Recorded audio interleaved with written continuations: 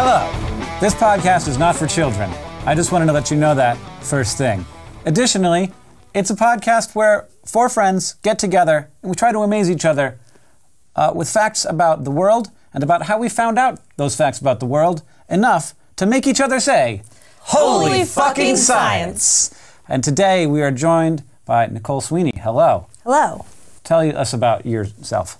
I work for Crash Course. I'm the host of Crash Course Sociology, and I've been editing and being behind the scenes making Crash Course for a little over 2 years. I'm Hank Green.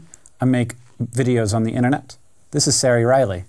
I'm Ceri Riley. I do SciShow stuff. I write and edit scripts for that and for upcoming Crash Course film. And we also are joined by Michael Aranda, who is an internet creator and maker of noises. Maker of noises. He makes all the noises for Crash Course, or for most Crash Courses, or for many Crash Courses. Or Missoula Crash Courses. Yeah. And yeah, that's all I'm gonna say. You don't want to let too much slip. Nope. Today we have a topic, and we've decided to go extraordinarily broad. And by we, I mean Caitlin decided this. Thanks, Caitlin. And the topic is social science. What in the fuck is that? I Wikipedia'd it to see what fell under the umbrella. Same thing. Yes. It's multiple whole departments. It's a everything. lot of departments related Yeah. to humans and thought and interactions. Yeah. But it's not like psychology. No. That's a science. I think psychology overlaps. Still You didn't social see science. if you were just listening to the podcast, you didn't see all the head twists and like squinting that happened to what I called psychology of science over here. I don't. Defend yourself, Nicole. I do not negate that psychology is a science, but it is also a social science. Oh, shit. Yeah. I think it might be worth noting that Nicole is actually a sociologist amongst us. Yes. Does that mean you are a social scientist? Yes. Is sociology one of the social sciences? Yes. It is the broadest of the social sciences. So do all of the social sciences go inside of sociology? They don't go inside of it, per se. They go out and in and then back in and out and in. Sociology touches on all of the things that the others touch on. Okay. If that makes sense. I think probably we're not going to get to the bottom of it. Yeah. Because we got to do the holy fucking science thing. Yeah. But I'm curious how everyone's doing. I'm doing well. How are you? I'm okay. Yeah. Good. Okay. Oh, excellent. That's great to hear. What about you guys back behind the thing? Woo! Oh, God, I can't believe we have a crew of 3 people for this. We have each been tasked with bringing each other a story of social science. We're going to Astound and Amaze. And I don't know who wants to go first. But I don't think it should be Nicole, because this is your first time, and that can be a little scary. And I don't think it should be me, because I don't like going first. And I think I'm just going to choose Michael, because he's wearing the most zippers of all of us. I don't know if that's true. My jeans don't have a zipper. My jeans also don't have a zipper, though. So you'd have more It's a zippers. button fly. Yeah. What? Weird. My jeans have a zipper. I'm Hey, normal. I discovered a long time ago that if you don't have a zipper on your jeans, then your fly can't end up down accidentally. Oh, it can end up open accidentally, though. Oh, I don't think I've ever experienced that with non-zippered jeans. Well, I mean, by accidentally, I mean I didn't button my fly because I was busy and then I forgot and then I left the house after thinking I might not even be wearing these pants for much longer. Yeah, if I were to forget, quote unquote, to button my fly, my pants just would not stay on. But the top button, you do the top button, but not all of them. Just in a rush is what I'm saying. a bit of an aside, Why but- are you only... don't understand Like the situation button where up you're a like, button wow, fly. I'm gonna only do one of these. Yeah, I start at the bottom. I'm a very and go busy up. man. Sometimes I can't button all the buttons. Time for one button and then That's go. right. I gotta go have a mac and cheese tortilla. The likelihood of me just buttoning the top button on my jeans is just like wearing a button-up shirt and only buttoning the top button. Like, to put them on properly, you start at the bottom and work your way up. Well, because like doing the top one and then doing the middle ones is very hard. Whereas to zip a pant, you have to do the top one and then the zipper. Sure. You don't? Do you have to do that? If you don't know, you don't have to, but that's it is mostly how it's done. Yeah, Easier. Okay. Yeah. Yeah. it's better. This has That's been the holy fucking correct science. methodology. But I agree that I do. Zippers don't fall by gravity, though. They're down because of because a mistake was made, right? I think with pressure or like some sort of like tensile force on it, then a zipper can descend without you actually like leaving it down. Like, yeah. That's not a situation. Cause that's not a situation you want to have. Is having pants that can unzip themselves. Yeah. Sure. Because then it's happening all the time. Yes. Correct. Yeah. Which is. Is this a social experiment? I'm doing some science on everyone. This was not my intent. I just wanted Michael to go first because So I count 3 zippers just on your jacket. Okay. And I only have 1 on my hoodie. Discussing customs, though, about like zipper practices, that would be social sciences. We're doing social science. We are yeah. Oh, good. And also, like, do you guys do research on like butt wiping strategies? Yeah, sure. I personally have never done or I have. read Yeah. such I think research. in general, you want to go from the front back. Yeah. Especially if you're a lady. Female. Yeah. But I wanted to know if people stand up or sit down when they're wiping their butts. Because a large percentage, not large, but like a substantial percentage of people stand up to wipe. Oh. Most people I sit. had never even considered that as an option. Yeah. No. Is it like full stand? Is it like partial stand? Things are closing if you're standing. Yeah. That seems not good. Well, to each their own. I'm not judging anyone. But Michael. I'll go first. You go first. Okay. Good. So, what are some reasons that you guys think that someone might cheat on their spouse? Their spouse cheated first. Okay. I already went. You guys have to go now.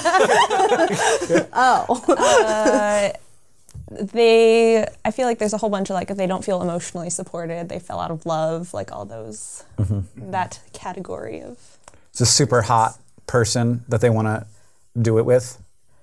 My thought would be more like power dynamics, like similar to that, but more like feeling, I don't know, inferior in some way. Also like, I don't know, a tendency towards risky behavior also. Yeah, boredom. Correlation there. People who are like looking for excitement and they're like, I bet this will introduce some drama into my life. Yeah. Yeah, or people who want to feel good about themselves in that way, like, oh yeah, I could still score with anyone I wanted to, so I'm going to go inflate my ego in this way. Yes. So a Gallup poll found that 91% of Americans find cheating to be morally wrong. Sure. Sure, makes sense. Sounds like Americans. The University of Chicago conducted a study in which they found that 21% of married men have cheated on their spouse, and up to 15% of married women have cheated on their spouse. Those numbers were maybe a little bit higher than I expected, but I could see it. Yeah. sure. I mean, especially because 9% think that it's okay. Yeah. Yeah, okay.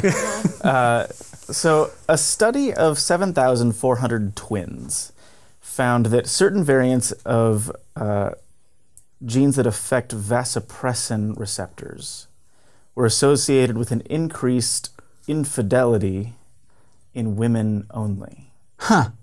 And So you're saying I could inherit being a cheater? If you're female, I could inherit being a cheater. they don't know why that association was not found in men, but specifically in women, there's a certain variant of this vasopressin gene that causes, it's very causation, correlation. They're correlated with an increased rate of infidelity. A separate study at some institute in Sweden that I can't pronounce found a correlation between a variant of vasopressin receptor genes so this is in men. Okay.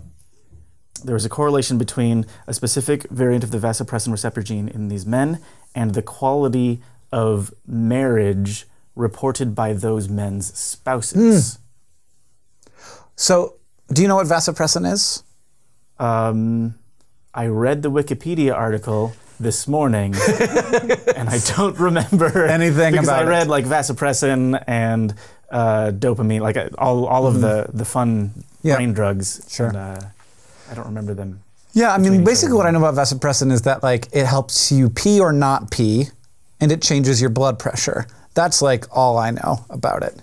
Something about peeing and not peeing. The blood pressure thing is like the thing that I've heard about it. Yeah. But And like they give kids vasopressin or vasopressin inhibitors to help them not pee in bed. Which, like, in what direction does it affect your blood pressure? Like, I can't remember which way it affects peeing or blood pressure. Okay. There was some study, I didn't write this down, but there was some study that they had done with, what was it, prairie voles and montane voles? Like two kinds of related things, but one of those tends to mate for life, and the other is very sexually promiscuous. And they took one of them and injected vasopressin into its brain, and it started acting like the other one. So all these things are looking into how brain chemistry stuff affects how we act sexually. There was a study at Binghamton University that found that carriers of a particular variant of dopamine receptor were 50% more likely to cheat on their partners. And that variant makes it harder for dopamine to bind with the receptor in the brain. So the suggestion of the study is that people with that variant are harder to stimulate and more likely to continuously seek out novel experiences because of that. It'd be interesting to hear if people with that same variant have other behavior differences, like gambling or drugs or that kind of thing. Because there's definitely, I've heard dopamine problems can lead to that kind of stuff. Yeah. But reading through all this stuff, I was just like, wow, we are just like pre-programmed machines attempting to override our programming to function in society. That's definitely the case. I feel that way all the time. And I feel like overcoming your programming is a totally noble goal, and that doesn't mean a bad thing about humans, because I think oftentimes we can. But it is something to think like, I would never cheat on my significant other, but like maybe I just have a different dopamine receptor than other people do. yeah, brain chemistry is scary when you start thinking about it. Like one very small change, and I could be like, A different person. what are we? killer. Yeah. Well, I mean, I think going from like cheating on your spouse to like murdering lots of people is a bit of a leap. There's some steps in between. Sure. I just... I don't even think that. enjoyed I don't the think mental those are image steps on the same staircase. Someone in high Different school building. did think that I was going to be a serial killer because I was just very quiet. You voted most likely to be a serial killer. I was not in your voted. book? No one voted for Ceri for anything. Yeah, that is true. I'm sorry. I mean, I'm fine over it now. I'm also over the serial killer thing, but at the moment I was just like, this is like the one conversation we've had, and you told me you think I'm going to be a serial Why killer. would you tell someone that? Because you're a high school student and you're terrible. But also, if I genuinely believe that you're going to be a serial killer, I don't want you to have any reason to come for me. Yeah, I'm starting with you you're because. great. Hey, pal. Yeah, here's a cake. Don't kill me in your maybe future. Yeah. Yep, the end. The end. Oh, man. Did you look up vasopressin? I did. One of the most important roles of vasopressin is to regulate the body's retention of water. It is released when the body is dehydrated and causes the kidneys to conserve water, thus concentrating the urine and reducing urine volume. At high concentration, it also raises blood pressure by inducing moderate vasoconstriction, which is when your veins squeezed together. In addition, it has a variety of neurological effects in the brain, having been found, for example, to influence pair bonding in voles. Pigs have a version of vasopressin called lipressin. It's often used in human therapy. Thank you, pigs. More you know. Just in general. Thank you for your hormones and your tasty, tasty body parts. Tasty, tasty what? Body parts. Bada body parts. Fuck you. I talk professionally. Well, good. Thank you, Michael. Holy fucking science. Can I figure out which one I have? And can I feel better about being monogamous if I have the bad one? Sure. Probably could. You do you. You can whatever you want to do, Hank. You can do that. I just want I want to feel. Hank writes all of our paychecks. Yeah. So I just created a bunch of yes men for myself. What can I? There's like 2 people. Michael is one of them that I feel like I can reliably count on to call me on my shit. Yeah. And I'm very worried about them going away. I feel like most of you call me on my shit. Not people who've been here more than a year know they can call me on my shit, right? Right? Everybody's just gonna say yes. God damn it! Oh. Yeah. Thanks, guys. Did I peak? I was watching the moment. All right. Well, Ceri, let me know. What do you bring for us? What am I bringing? Also, let me know if I ever say something that you think is inappropriate. Okay, I'll be ready to call you on your shit. Thanks. So I looked up some criminology things because that seemed to fall under the sociology umbrella. Yeah, absolutely. And in particular, I found that there's a characteristic of neighborhoods that is associated with lower fear, fewer incivilities, so I'm guessing like better behavior, less violent crime, and less break-ins. What do you think that is? Well, Michael once on this podcast said a similar thing, and it was the amount of lithium in the water. It's not lithium. Okay, good, because that would have been overlapping. Embarrassing. Is it the number of trees in the neighborhood? It is trees. It's trees. I win. Yeah. Trees. So more trees, the number and the size of trees had the most effect on crime occurrence in across several neighborhoods. Of all like studied factors? Of many studied factors, yeah. I assume it's positively correlated. Like positively, more bigger is less crime. Yes, more bigger trees is less crime, like the amount of coverage in the neighborhood. Was one of the things like, I don't know if you know, but was one of the things like the amount of money the average person in the neighborhood has? Because I feel like a neighborhood with bigger trees, been around longer, is a nicer neighborhood, like home values are greater. Yeah, so there was a study done in Baltimore in 2012, and they compared neighborhoods that had similar income levels and similar like population densities, and even then trees, like neighborhoods with more trees were considered safer. But I think a lot of it has to do with that and perceived economic value of the neighborhood.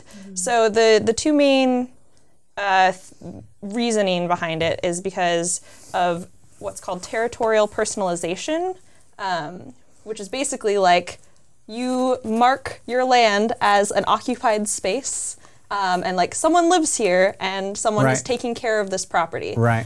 And if you have like foliage, if you have big trees, if you have flamingos. Other things, then it's like, hey, people live here. They will notice if you break in. They will notice if something goes wrong. So there's like a functional reason to put gnomes in my yard. Possibly. I'd not look into the gnome crime rate, gnome rate correlation. But I am gonna go get gnomes though. just gnomes everywhere. Well, I mean, more gnomes. Like here's the thing. In general, like you look at, like you might think like a tree. Somebody paid money for that tree because it looks nice, but you might actually get more value out of that tree than it cost to take care of and to plant, and that's almost definitely the case for gnomes. Because they're not very expensive. See, but it's like promoting civility in the neighborhood, and if your neighbors really fucking hate like lawn gnomes, I don't know. I don't know that's gonna hold up trees to gnomes. I mean, my neighbors are pretty down with gnomes. Okay. Do a survey of your neighbors first. Okay. How do you feel about gnomes? Because everybody likes trees. Everybody likes trees, and like that's why I think these studies are so important, because they're looking for ways to reduce violent crime in urban areas that don't have to do with augmenting police forces or changing things like that. And if something small like refurbishing lots and creating more garden-like areas. Right, because you used the phrase perceived value. Yeah, I think I just made that up. That was from my ass. Okay. Good. Good. Yes. Did it look into like how, I guess, across these neighborhoods, how much money like the neighborhood or the city was spending on like trees and things? Because I'm curious whether or not there's a correlation between that and just like government expenditures on an area. It's like if the government is spending more money on There's an like area, maybe a larger tax base to draw from. well, tax base, but also like that how that might correlate with I don't know, just like sense like feeling like you belong to a community, like or like you were valued by your. Yeah, I don't know. I think somewhere in the study there was like programs that had been implemented in, I think, Philadelphia. It was actually a government-based thing that decreased gun assaults, and they found I was trying to figure out what a gun assault was, because I thought it was one word. Oh. But I figured it out now. There's a space, gun space assaults. Got it. And so it is mostly a universal thing, but it works on usually empty lots if you put trees in them and like make it seem more like a park. Then it works in neighborhoods. I was trying to think of like civilized area, but that's not the right word for it. Where people live, and industrial areas, like commercial areas, it works. But at the intersection between those, where there's like not a lot of people living and there's just a lot of like through traffic, then increased trees, increased crime in this very small patch. Because it's like cover? Yeah, because it's like cover for shady areas. Gives them more places for drug deals. Yeah. I think that was the example. It was like there was a weed-filled lot in which many drug deals occurred. Well, they shouldn't have so much weed in that lot. They should decrease the amount of weed in that one lot. Weed. Yeah. Did you see that video on Facebook of the little girl who had gone to school and told her teachers that at home they have a lot of weed? And I assume the parents got a call because the dad is filming the little girl being like, "Did you tell your teachers that we have a lot of weed at home?" And she's like, "Yes." "Okay, do you want to go show me the weed?" And like they walk outside and she's like she's like feisty too, and she's like, "Yeah, I did, because we do." And so they go outside, and it's not even like weeds growing the lawn. It's just like where the grass meets the concrete patio. There's just like a tuft of bigger grass, and she's like, "Here the weed." and here and here. What are you doing about it, Mom and Dad? Come on. That's right. The cops are coming. Yeah. So what were the things that it helped? So the first rationale behind it was territorial personalization, like caring. It shows that you care for your yard. That counteracts the broken windows theory. Sure, yeah. Nicole might be able to say if it's bunk or not. I don't know. I've like read different things on it. Yeah. But which is basically like if you have a more dilapidated area, then there's going to be more crime. But it also increases surveillance or perceived surveillance of an area because if you have nicer outdoor spaces, people are more likely to use those outdoor spaces to like hang out or do other things, or just even like take walks around a more tree-filled neighborhood. And so even if there aren't more people actually walking around, then that might be enough of a deterrent for crime, because it's like someone might be wandering down the street. And then what I thought was most interesting is that there's some evidence that vegetation in general, trees and other plants, mitigate psychological precursors to violence. So just like plants make people happy. It like reduces stress and anxiety, and it's just like, less noisy disruptants because Happy people just don't kill their husbands. Yeah. That sounds like science to me. Psychological precursors to crime. Is that the phrase you used? I think I copied this from the paper. Mitigating psychological precursors to violence. Oh, I want to mitigate all the psychological precursors to violence. Could that be? Could that? There was a movie about that didn't go well. I mean, there's a lot of there's a ton of dystopian fiction about that idea. It's basically like kicking away your free will can mitigate. Yes. Yeah. Well, it's like when Michael was talking about lithium a few episodes ago, when we were like, people are happier if there's lithium in the water. So let's just put antidepressants in all the water, because that went fine in the Firefly movie. Yeah. It's a great idea. It's a great idea. Yeah. Yeah, that's pretty much it. But I feel like that's kind of what we do here on Holy Fucking Science. We're just here mitigating some psychological precursors to violence. You're welcome. Just listen to it, with good content. Good content makes people happier. That's right. Less likely to punch your friend. I haven't punched a friend in so long. I have literally never punched anyone. I don't know if I've punched someone before.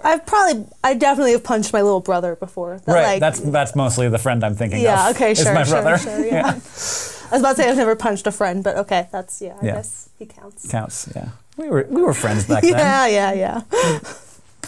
All right, Nicole. Me? Yeah, do your thing. Tell me a thing about this wonderful weirdness of humanity. Yeah, people, man. So I read so many things. I was looking into how Caitlin and I were having a conversation about people not accepting facts, and so I just read a whole bunch of things about how you convince people, and I found this really interesting article from a couple of years ago. It's 2010s, right after the original Affordable Care Act debate, about the rumors of the death panels. And basically, the TLDR version of this study is that merely repeating a rumor increases its power. And so they were looking at the different ways that you could try to mitigate the effects of a rumor. And so they exposed some people to just the rumor. Some people had the rumor and then some sort of a nonpartisan correction. So a statement from the American Medical Association or the AARP. And basically this is not true. We are the AMA. We know about medicine. And then that correction plus a statement from either a Republican congressman or a Democratic congressman, again, saying this is not true.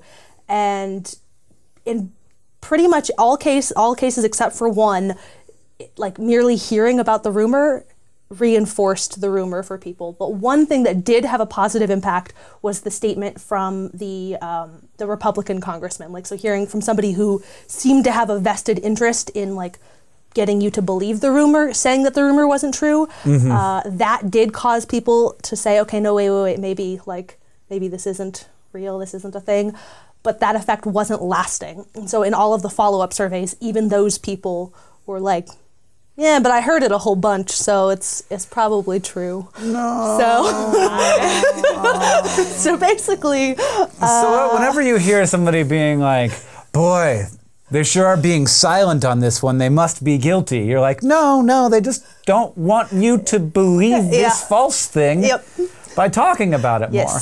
Watching that happen with climate change, from being a 15-year-old to a 25-year-old, was for me from 1995 to 2005 was so sad. Yeah. It was just to watch it go from this thing that mostly wasn't talked about to a thing that now was this politicized and permanent, unshakable argument that was going to stand in the way of doing anything about the greatest challenge humanity has to face. Yeah. Was so sad. Yeah. And I realized kind of 2002-ish, I was I am never going to argue with someone about this again. But if you want to, you got to find a Republican to argue for me. To argue for it. Yes. By the Or way, if you're guys, a I don't know if Republican, you know, but I'm a Republican now. I am officially a Republican. I believe in all the Republican things except for the ones I don't believe in, so like none of them. But in saying those, you might get people to doubt themselves slightly. Yes. Temporary time. Yeah. Just do it like right before local elections. Like, I don't know. Like I'd love. There are certain conservative viewpoints that I understand and even can get a little bit behind in terms of tradition and policy and access, like people wanting to be able to have the freedoms to do the things that they've previously done, that I understand. And so that's pretty much all I can come at it from. Yeah. But I'm a really bad Republican. That's also in things that I read, but that's also like, if you are going to do it, that is the way in which you need to approach it. So like there's a lot of research about the way that like typically if you're making a case, you like will make the case from the place that you find it to be morally strongest. And if you are talking to somebody who is not already inclined to agree with you, that case is meaningless because they are not operating from the same moral framework as you.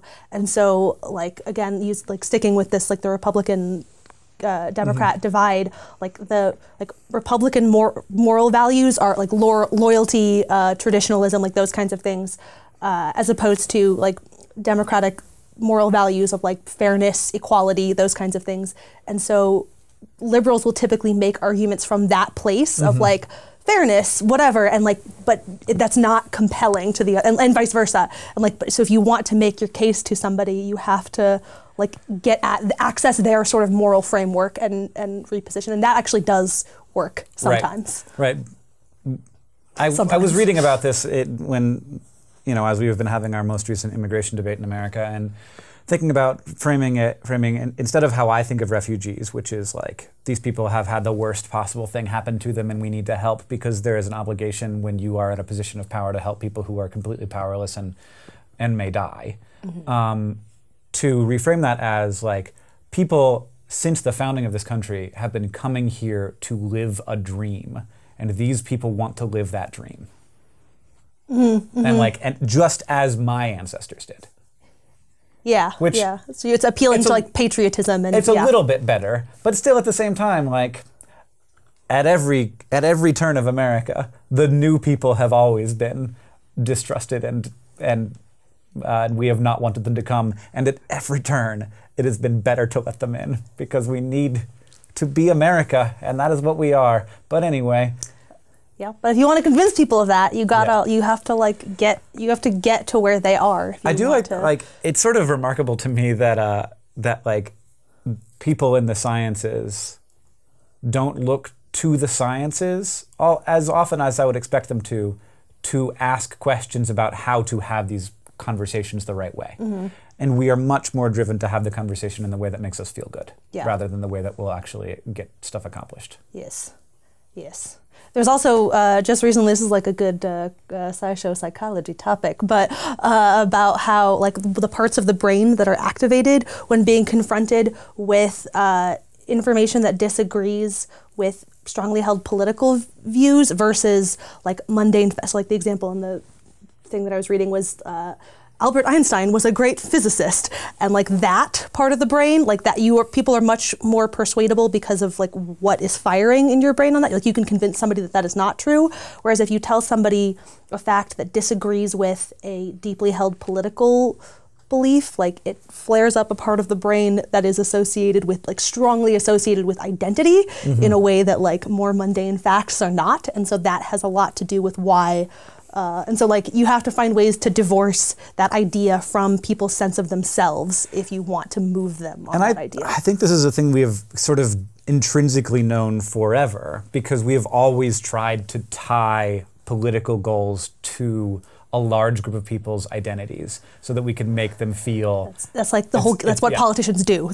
Since the beginning of like human society is my guess. We've been trying to get people to tie my goal with their identity. Yeah. and then we just yell at each other. And then, but it never occurred to us that like if we want to do the other, like we need to undo Right. that. We need to undo that as opposed to just like trying to shout them into our identity. But how do you undo someone's identity? People are. Yeah. I don't know. Just give them a little lithium. Some trees. That's what we need. Yeah, lithium and trees. That's it. Problem Great. solved. Absolutely problem solved. Does Okay. this affect a work if it's like not a reliable sort? So like in your example, the Republican and Democrat person saying it was false, were those like known to the participants as like a known Republican spokesperson and known Democrats? No, or they just were like arbitrarily assigned people. Like, does the label matter more than a reputation? Yeah, it's the label because they were definitely not like particularly well known. That's interesting to me. Like the fact that just like it's so intrinsically tied to identity that if you just like say someone is something. Yeah, it's like, well, this credibility person versus is like a surrogate for me. Like they're already a surrogate for my identity because I identify with things that they identify with. Yeah. But you can make it like very easily a surrogate for not me too if you just like change how you present it. Yeah. Yeah. So. It does not give me hope, Nicole. No. But it is tools that we should be using. Well, so there's the identity thing. There's also the other thing, like if you are actually trying to move people, like again, it's like divorcing it from their identity, but also like empathy and actually engaging with people is also like a really big thing. There was a study a couple years ago that was debunked about like they had gay canvassers and moving people on gay marriage, but the people who debunked it in the process of trying to extend the study, and they actually like properly replicated it with canvassers on like trans rights issues, but they found that it didn't actually matter, like the identity of the person doing the canvassing wasn't what mattered. What mattered was the style of the canvassing, and it was more about getting the person being canvassed. So, like if I'm knocking on Michael's door, my goal is to make you do most of the talking and to try to get you into basically like there in this particular example, it was about thinking about times that like you've been discriminated against so that you can like mentally get there, that like you felt oppressed or whatever, and then use that as the jumping off point to say like, now if we introduce non-discrimination legislation, like this will help people not have those kinds of feelings and like that. But basically that it was an actual like long form conversation and like not like data points are not useful. It's essentially everything that all of my reading, data doesn't matter. Facts People don't matter. care. Conversations do though. Conversations do. So that's the one like glimmer of hope. Connecting to people, Yes. actually connecting. Yes. Yeah, which is the hardest thing that we all least want Yes. to do. Yep. Just speaking for myself, I don't like to talk to humans. I like to talk to microphones, which is why we're here on Holy Fucking Science. So, you guys, in the the peanut gallery is laughing at me, and I'm not even sure why. I don't hear any of them. It's just me alone in a room. People who I fundamentally and deeply agree with on the vast majority of issues. For so many different reasons. But we, as humans, do a lot of experiments on each other. Sometimes maybe not the right way. Sometimes the right way, though. I've got an example here of questionable, up in the air. I'd like to know your thoughts on this particular study that was done by one Dr. Darmon Spears, who, for the first 3 years of his son's life, so this was an experiment that he was doing on his own son, spoke to his son only in the language Klingon. And he would sing the lullaby for his son in Klingon. He often would sing the Imperial Anthem, which is one of the only songs in Klingon that we know of. Klingon is a language that is actually spoken mostly by people who aren't huge fans of Star Trek, but who are huge fans of languages. It is a constructed language that is one of the most robust constructed languages that we have, though there are, I think, more robust ones, but it's one of the most spoken constructed languages.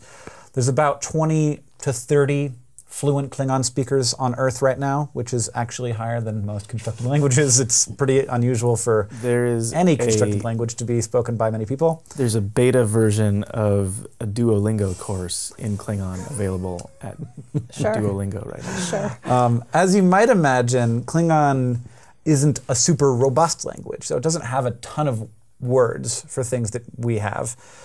For example, when this man would say to his son, it's time to go to bed, turn out the lights, instead of saying turn out the lights, he would say, make it dark, which I thought was pretty great. Good. That's as close as he could get in Klingon, which is a very Klingon-y way of saying things. The child, throughout this experience, was also spoken to by his mother exclusively in English. So the idea that this linguist had was, it's fine for a child to be spoken to by one parent in one language and the other parent in the other language. This happens frequently, so I don't think that I'm going to hurt my child by doing this. I don't necessarily think I'm going to help, but I think it is an interesting thing to try and do. First of all, what do we think of that? So until you mentioned that the child was also being spoken to in English, I had some alarm bells going off in my head. Same. There's an episode of Radiolab called Words that goes into the importance that language has in creating our ability to think. Because a lot of people will ask the question, what would I think if I didn't have a language? And the answer seems to be, you wouldn't think. You would think, but yeah, not the same. I think not the same thought ways. Like, you'd still have feelings and emotions and reactions. But yes.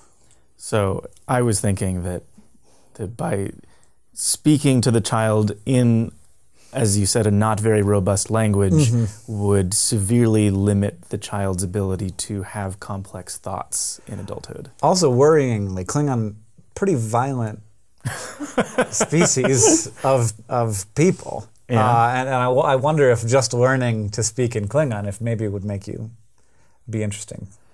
Interesting thought. If you would be a little more confrontational. Now knowing the dynamic of the actual situation, I'm less worried about the child and more worried about the relationship between the child and the father long term. That's a good thought. Any other thoughts? We just did a SciShow Psych dose on bilingualism. So once you said that they were also speaking English, like, you pick up the grammatical structures of both of them, and like, you can isolate that. Like, baby brains are so intelligent.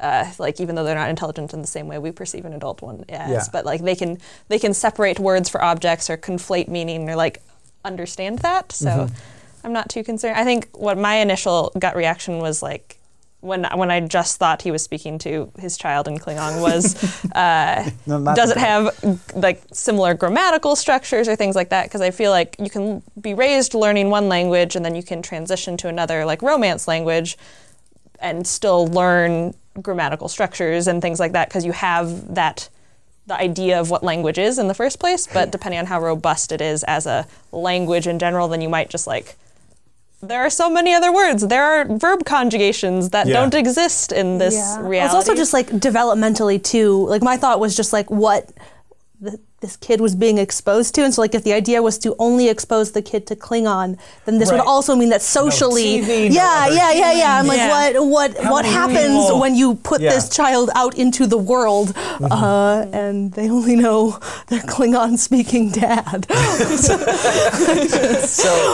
So interestingly, the child obviously was exposed to more English than Klingon, because the child talked in English to not just the mom, but also to all other humans, and also the TV, and etc.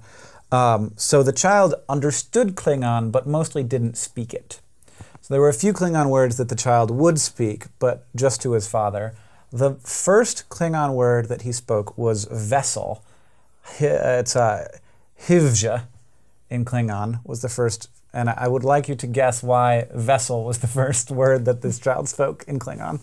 Like bottle. Vessel for milk? Yes, because it was the closest word to bottle that he could come up with. Yeah. But then his second word was vavoy, which is daddy. Eventually the child started to disengage from Klingon, and then one day, whenever his dad would speak to him in Klingon, the child would just turn away. And so he stopped and went to English. Because the kid was like, I do not like this, you're weird, and like started to not have a good relationship I don't with his appreciate dad. being experimented on. Please I'm stop. curious, like, what exactly the mental thought process was in the kid at that point. Yeah, Like, me too. Yeah. was it that he was having a deteriorating relationship with his father because of this thing, and so was more so turning his back on his dad than the language? Or was it even like that he felt that the dad and the language was kind of an alienating influence from his like social development? Like he could feel like everyone else in the world is like this, and you are different, Daddy. Why are you different? Like that was my thought. That's kind of like a sad thought. Yeah. And Daddy was like, oh, sorry, I'll be less different now, which is not a choice that every dad gets to make. My thought is similar, but more to the side of like not why are you weird, like please be less different, and more the sense of like what you are doing to me is weird, please stop.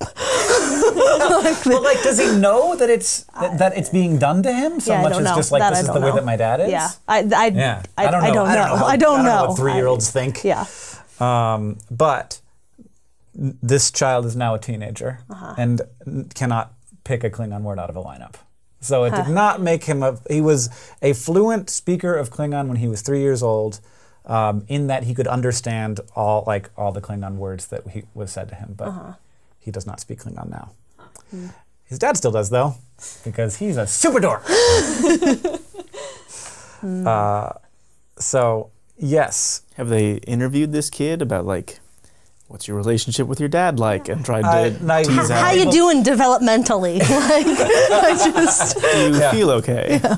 I will also say that the mom was also behind the idea. She was super on board for it, which is just a foreign idea to me. I feel like if I was like, hey honey, I've got a great plan. Catherine. I'm just gonna go to full Klingon with our child, like it would be a really, really tough sell.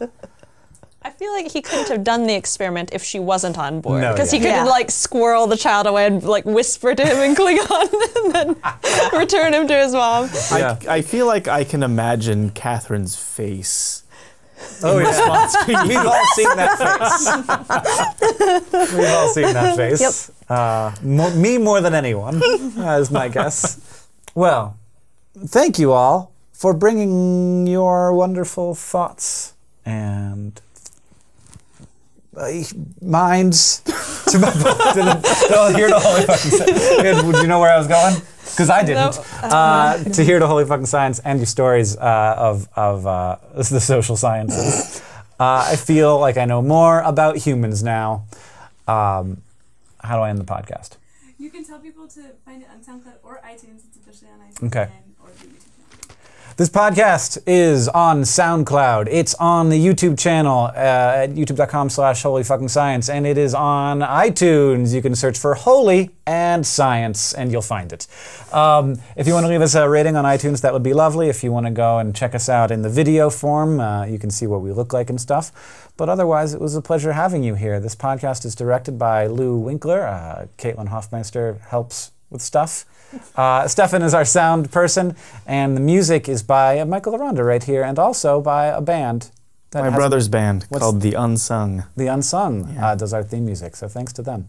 Do they sing in the band? They do. Oh, well, that's confusing. Sorry. Thanks for listening. I have been Hank Green. I am and will continue to be Nicole Sweeney. I'm Ceri Riley. And I will someday cease to be Michael Aranda. This has been Holy, holy, holy. This has been Holy fucking science.